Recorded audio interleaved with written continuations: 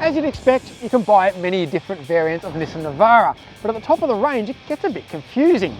On the one hand, you've got the Navara Pro-4X, and on the other, you've got the Pro-4X Warrior. So today I'm going to explain why the Warrior is the one you'll want.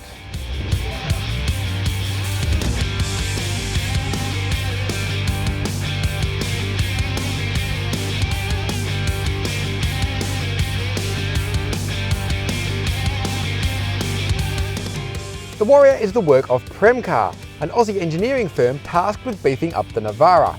The cars are standard when they arrive at the factory north of Melbourne, but they leave a very different proposition.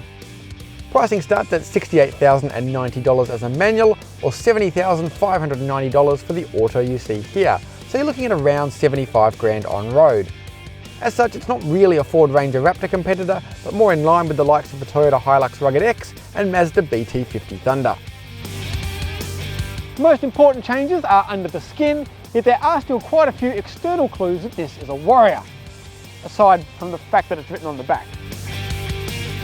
At the front there's this new steel bull bar with integrated lighting and room for a winch, this red dash plate and a 3mm steel plate that extends back under the body to protect the mechanicals. Under the bonnet there's the same 2.3 litre twin turbo diesel you'll find in all Navaras, producing 140 kilowatts and 450 Newton meters through either a 6-speed manual or 7-speed automatic. Despite having an extra gear, the auto is actually a little bit thirstier, with a combined claimed fuel consumption of 8.1 litres per 100k versus the manual's 7.5. Come around the side and there's bespoke wheels with the larger Cooper all-terrain tyres and these guard flares to cover the wider tracks. Tucked away back here is a completely new suspension setup, but I'll cover that later from behind the wheel. Round the back, and the big news, is a redesigned tow bar. Because the wheels and tyres are bigger, they wouldn't fit in the standard spare wheel spot. So to accommodate a full-size spare, Premcar had to make a new tow hitch. Speaking of towing, now this gets a bit complicated. The claimed maximum towing capacity is 3,500 kilos, but if you stick 3.5 tonnes on the back of a Warrior, you can potentially only carry 112 kilos in the car, including passengers. Now that's not going to get you very far on a weekend away, even if you are going by yourself. Tray is the same as the Pro-4X. Measures basically 1.5 metres square and 500mm deep with 1100mm between the wheel arches. As well as the usual tie downs, there are these 4 sliding mounts which are handy for accommodating different sized objects. Now let's take a look inside. In here is where the Navara lets itself down a bit. The interior is pretty plain and basic, and that's okay if you're spending $40,000 or $45,000, but at $70k plus you expect something a bit better. The seats are upgraded in the Pro-4X and the Warrior adds this branding, but the materials all feel quite cheap and a number of features are missing. The seats are manually adjustable with no heating, and the steering wheel is only adjustable for height, not reach. I do like the wheel itself though. It's like something out of the Z sports car. That might sound like a small thing, but at least you're not twirling some massive truck-like thing. Also like this electric rear sliding window. Not quite sure what I'd use it for, but it's a cool feature nonetheless. Infotainment is handled by an 8-inch touchscreen and it does the job with smartphone mirroring, but certainly doesn't set any new standards in speed or resolution. In terms of charging, there's a USB-A here on the dash, as well as another USB-A and USB-C in the center console, and a pair of 12-volt outlets. Now presumably these little cubby holes on the transmission tunnel are for balancing your phone because there isn't really anywhere else to put it, especially if there are drinks in the cup holders. The reversing camera also has a 360-degree function, which is quite handy, especially as it works off-road. As part of its recent update, the Navara now scores all the active safety basics like AEB, lane keep assist, blind spot monitoring and rear cross traffic alert.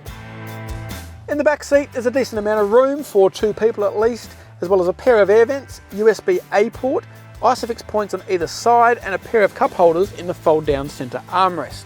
Meanwhile, you access the jack by lifting up this rear bench. Now, let's hop back in the front and go for a drive.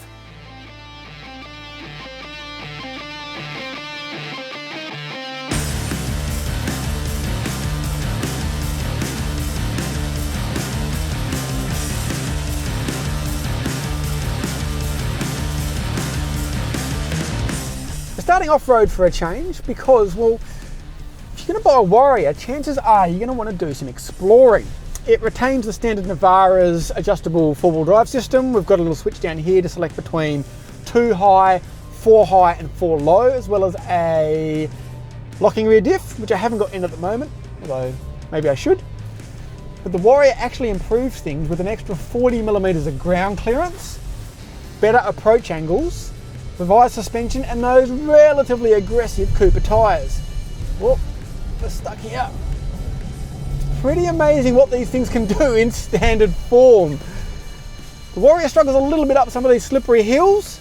Needs to lean on the traction control pretty heavily, but yeah, I think this thing's pretty much going to go anywhere you want to take it. If you're a hardcore off-roader, you're probably going to want to modify the Warrior further anyway, but in standard guise, it's more than capable of going anywhere most people are going to realistically want to take it.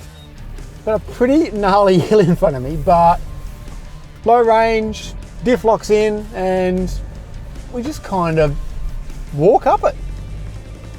A little bit of traction control here and there. No real dramas. Where the Warrior improvements really make themselves known is touring on gravel roads and the like. I won't bore you with the exact details, but Premcar hasn't just fiddled around the edges. The Warrior suspension overhaul is a pretty major one. New springs, dampers, bump stops, the works.